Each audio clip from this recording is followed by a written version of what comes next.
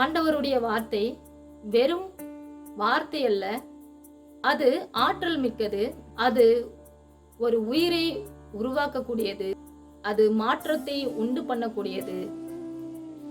இப்படியாக ஆண்டவருடைய வார்த்தை வல்லமையுள்ளதாய் இருக்கிறது என்பதை ஏசாயா 51:11 நாம் படிக்கிறோம். அப்படி படிக்கும் பொழுது ஆண்டவருடைய வார்த்தை வெறுமையாக அது வீணாய் திரும்புவதில்லை என்னிடத்திலே என்று ஆண்டவர் குறிப்பிடுவதை நாம் அறிய முடிகிறது.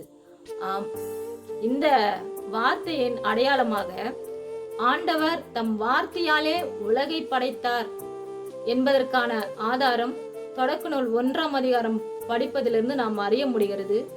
அது மட்டுமன்றி ஆண்டவருடைய இந்த படைப்பு மிக சிறப்பானது. கடவுளின் படைப்பு நன்மைத்தனத்திற்கு சான்றாக நாம் பார்க்க முடிகிறது.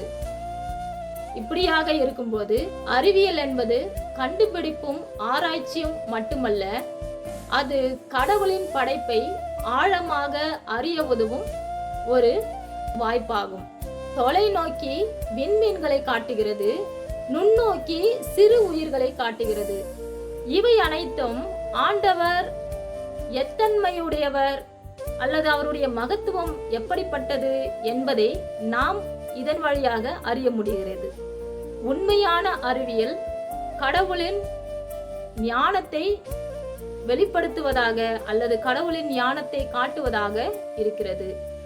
ஆம், இன்றைய அறிவியல் நாளிலும் ஆண்டவருடைய படைப்பை, ஏற்கனவே படைக்கப்பட்ட ஒன்றை ஆராய்வதும் அதனுடைய மகத்துவத்தை, சிறப்புகளை மக்களுக்கு எடுத்துரைப்பதும் அறிவியலின் ஆக்கப்பூர்வமான செயல்களாக நாம் பார்க்க முடிகிறது.